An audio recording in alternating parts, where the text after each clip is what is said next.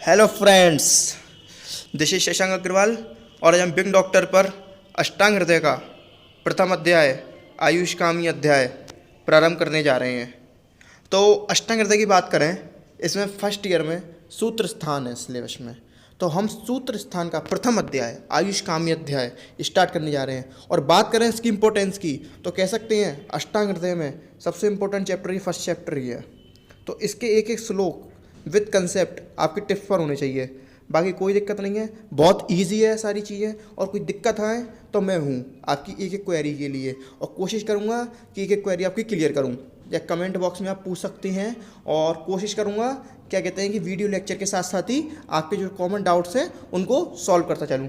तो आइए फिर शुरू करते हैं अष्टांग हृदय का प्रथम अध्याय आयुष कामीय अध्याय। तो सबसे पहले इसकी बात करें तो सबसे पहले हम आप पढ़ेंगे आयुर्वेद का प्रयोजन, मतलब आयुर्वेद को क्यों फॉलो करना चाहिए, आयुर्वेद क्या है। सबसे पहले हमें ये बेसिक चीज़ पता होना चाहिए। तो श्लोक से शुरू करते हैं।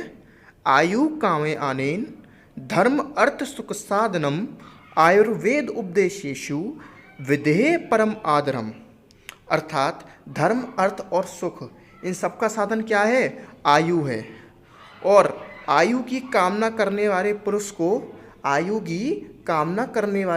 को आयुर्वेद में निमित्त उपदेशेषों का क्या करना चाहिए, पालन करना चाहिए। जैसे कि विद्यार्थी का धर्म क्या है, पढ़ना। चिकित्सक का धर्म क्या है, रोगी की चिकित्सा करना। तो ये हमारे क्या है, धर्म है। इन धर्म की प्राप्ति के लिए आयु क्या है, साधन है। और अर्थ क्या है, अर्थ रुपया पैसा, यानी कि कह सकते हैं वे, यानी कि जिसके सारी ज़िंदगी जी जाए, यानी कि जीने का मतलब, यानी कि जीने का साधन, ये क्या चीज़ है, अर्थ है। और सुख, हर किसी व्यक्ति को धर्म अर्थ और सुख इन तीनों की चाहत होती है। तो इन धर्म अर्थ और सुख तीनों का साधन क्या है, आयु है। और आयु की चाहत जिसको है उसको क्या करना चाहिए, उसको आयुर्वेद के उपदेशों का पालन करना चाहिए। तो ये तो हमने पढ़ा क्या, आयुर्वेद का प्रयोजन। आयु कामयम आनेन धर्म अर्थ सुख साधनम आयुर्वेद उपदेशेषु विदेह परम आदरम। देखिए ये फर्स्ट वीडियो है और फर्स्ट चैप्टर है, तो हो सकता है कि आपको काफ़ी चीज़ों में प्रॉब्लम आ रही हो, तो लेकिन घबराने की जरूरत नहीं है, धीरे धीरे ये सब चीज़ें क्लियर होती रहेंगी। चलिए आगे बढ़ते हैं। अब आयुर्वेद की प्रामाणिकता अर्थात आयुर्वेद का अवतरण, आयुर्वेद कैसे आया। तो कुछ लोग कहते हैं कि ब्रह्मा जी ने आयुर्वेद उत्पन्न किया, ऐसा कुछ नहीं है। ब्रह्मा जी ने आयुर्वेद का क्या किया, स्मरण किया। आयुर्वेद युगों युगों से है।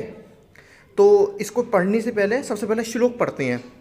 ब्रह्मा स्मृत्वा आयुषो वेदम प्रजापति जिग्रतः सो अश्विनो तो सहस्रांश सो अत्रिपुत्र आदि कान मुनीन ते अग्निवेश आदि कांस्ते तू पृथक तंत्राणि ते निरे। अर्थात ब्रह्मा जी ने क्या किया, आयुर्वेद का स्मरण किया। और उन्होंने स्मरण करके किसको उसका ज्ञान दिया, सबसे पहले वेद प्रजापति को ज्ञान दिया। और वेद प्रजापति ने किसको ज्ञान दिया, अश्वनी कुमार। अब अश्वनी कुमार कौन है, अश्वनी कुमार कह सकते हैं जो देव होते हैं ना, देव जो क्या कहते हैं, देव वगैरह थे देवलोक में, उनके चिकित्सक, उनको क्या बोला गया, अश्वनी कुमार बोला गया। अश्वनी कुमार ने किसको ज्ञान दिया, देवराज इंद्र को। और देवराज इंद्र ने किसको ज्ञान दिया, अग्निवेश। और अग्निवेश के शिष्यों ने फिर अपने अपने पृथक तंत्र बनाए। तो आयुर्वेद की उत्पत्ति कैसे हुई, ब्रह्मा जी ने क्या किया, आयुर्वेद का स्मरण किया। अगर क्वेश्चन आता है कि ब्रह्मा जी ने आयुर्वेद उत्पन्न किया, रॉन्ग, ब्रह्मा जी ने क्या किया, उसका स्मरण किया है। ठीक है, अब ये बात भी समझ में आ गई सर। अब आयुर्वेद के बनने का कारण, अब आयुर्वेद को क्यों बनाया गया। तो तेव्यो अति विप्रकटिभ्य प्राय सारतरोच्च क्रियते अष्टांग हृदय न अति संक्षेप न अति विस्तरम।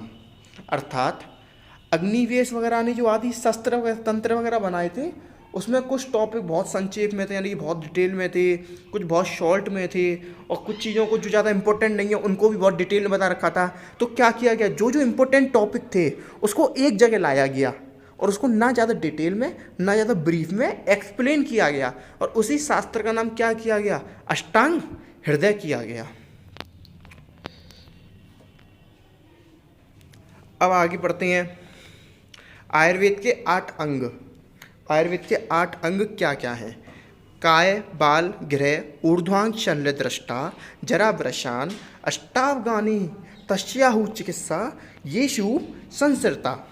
अब देखिए 8 अंगों का वर्णन किया गया है। हमने श्लोक पढ़ा इसका, काय, बाल, गृह, ऊर्ध्व, शल्य, दृष्टा, जरा, वृषान, अष्टावगानी, तस्याहु चिकित्सा, येषु संसृता। अर्थात इसके 8 अंग देखिए। नंबर 1 काय, नंबर 2 बाल, नंबर 3 गृह, नंबर 4 ऊर्ध्वांग, नंबर 4 शल्य, नंबर 5 दृष्टा, नंबर 6 जरा, नंबर 7 वृष, नंबर 7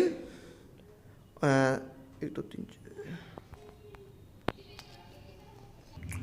नंबर 1 काय, नंबर 2 बाल, नंबर 3 गृह, नंबर 4 ऊर्ध्वांग, नंबर 5 शल्य, नंबर 6 दृष्टा, नंबर 7 जरा और नंबर 8 वृषान। ये चिकित्सा के 8 अंग बताए गए हैं आयुर्वेद में। इन 8 अंगों में संपूर्ण चिकित्सा आ जाती है। काय अर्थात मेडिसिन, बाल अर्थात पीडियाट्रिक्स यानी कि बच्चे वगैरह के जो रोग होते हैं बालकों में वो किसके आ जाते हैं? बाल अंग में आ जाते हैं। अब क्या है? गृह, गृह मतलब भूत विद्या। ऊर्ध्वांग मतलब ENT यानी कि क्लेविकल के ऊपर हेड रीजन में जो भी डिसीज होती हैं उसकी चिकित्सा किस में होती है? ऊर्ध्वांग में। और शल्य मतलब सर्जरी। दृष्टा मतलब जहर, पॉइजन। जरा मतलब बुढ़ापा, रसायन तंत्र जिसमें ऐसे जिसमें ऐसे तंत्र दिए जाएं जिससे बुढ़ापा रुक जाए यानी कि रीजुवेनाइल। और नंबर 8 वृषान यानी कि स्पर्म प्रोडक्शन जिसमें बढ़ा दें, जिसमें फर्टिलिटी बढ़ा दें, वो किस में आ जाता है? वृषान में आ जाता है। ठीक है, ये चिकित्सा के 8 अंग बताए गए हैं। अब आगे दोषों के बारे में बताया गया है। तो देखिए सबसे पहले इसकी बात करें, सबसे पहले हमने क्या क्या पढ़ा?